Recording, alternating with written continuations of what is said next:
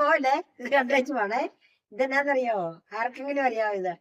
ഇതേ നമ്മുടെ ഇവിടെ വളരുന്ന ഒരു സാധനം ഇഞ്ചിയാണെന്നൊന്നും തെറ്റിദ്ധരിക്കണ്ട കേട്ടോ. ഇത് ഇഞ്ചി മാങ്ങയാണ്.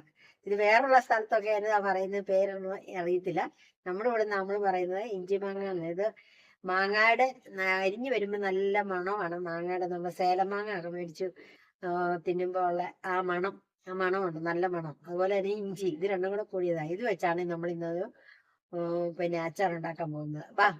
നമുക്ക് വേണ്ടിയത് ഇഞ്ചി മാങ്ങ, മുളക്, കറിവേപ്പില, വെളുത്തുള്ളി, ഒരു ശകലം ഇഞ്ചി, 2 മുളക്, ഉലുവ പൊടിച്ചത്, അരിഞ്ഞിട്ട് വരാം. ഇഞ്ചി അരിഞ്ഞു. ഇനി നമുക്കിതൊന്ന് വഴറ്റി മാങ്ങ വഴറ്റിയെടുത്ത് നമുക്കിനി അച്ചാറിടാം. ഇതെല്ലാം ചേർത്തിട്ട് അച്ചാർ റെഡി ആയിട്ടുണ്ട്.